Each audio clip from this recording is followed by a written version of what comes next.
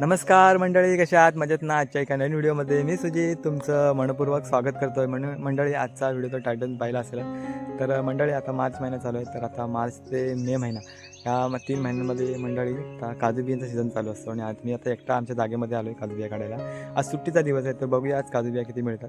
तर मंडळी, आता आपला कोकणातील शिमगोत्सव देखील संपलेला आहे. आणि आपल्या दापोली तालुक्यातील जे आजूबाजूची गाव आहेत त्या गावांमधील मी शिमगोत्सव तुम्हाला व्हिडिओच्या माध्यमातून दाखवण्याचा छोटासा प्रयत्न केला आहे. खूप असा आगवेगळ्या पद्धतीने हा शिमगोत्सव कोकणात साजरा होतो.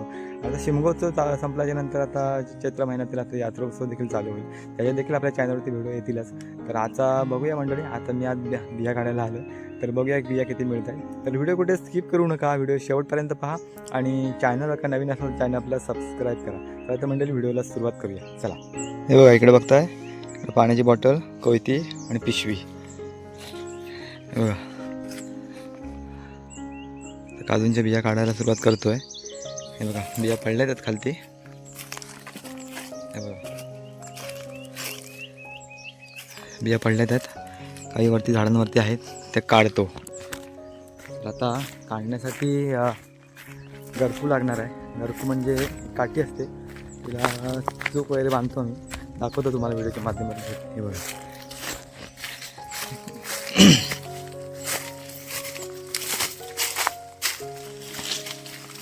हे बघा मंडळी, अशा पद्धतीचे आम्ही गरकू असते आमच्याकडे.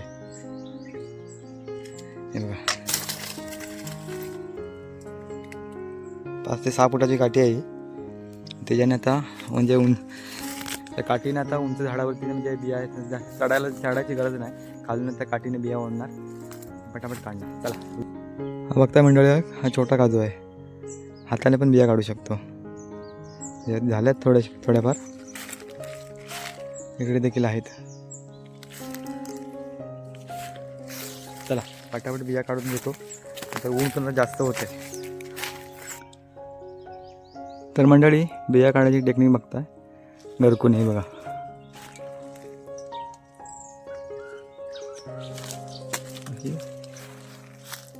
बिया अडकवायची आणि ओढायची.